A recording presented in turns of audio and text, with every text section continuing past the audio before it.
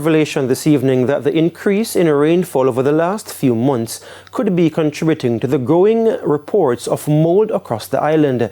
Experts want Jamaicans to remain vigilant and check their surroundings. Anthony Lugg reports.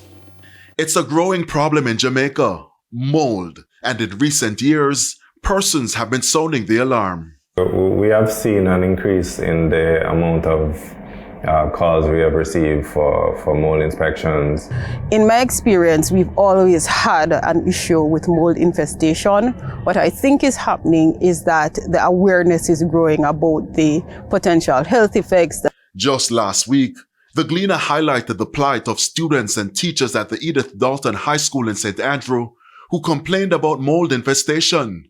Earlier this month, the Auditor General found that pests and mold destroyed $4 million in relief supplies at the Office of Disaster Preparedness and Emergency Management, ODPEM, and there's more dating as far back as 2017. The fungal growth forms and spreads on damp items indoors and outdoors. It needs moisture and a carbon source from building materials or building contents to grow. Ricardo Langley is the Director of Hygienely, a company that inspects and treats mold. If you're smelling like an old, musty, wet type of smell inside the space, that's usually a giveaway that mold is there somewhere.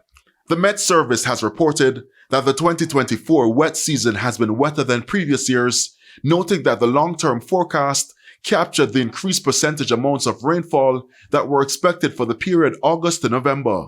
So, could the increased rainfall be contributing to the reports of mold?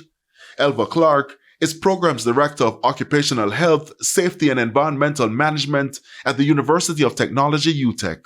It could be a contributing factor, yes.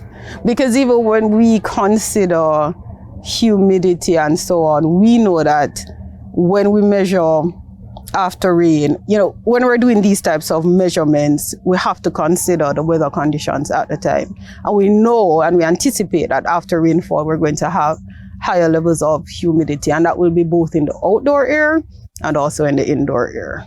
In addition to the change in the climate, Ms. Clark argues that building designs and materials are also contributing factors.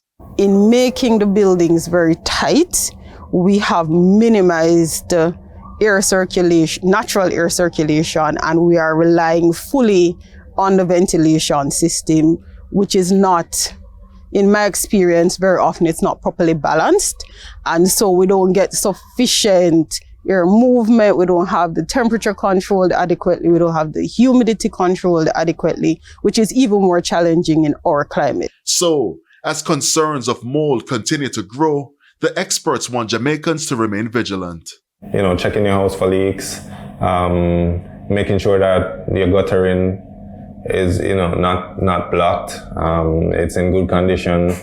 AC drain pipes are notorious culprits for moisture conditions you would never believe. And the issue, again, is not the mold in and of itself, because the spores are always present in our environment. It's when we have the overgrowth. Anthony Lugg, TVJ News.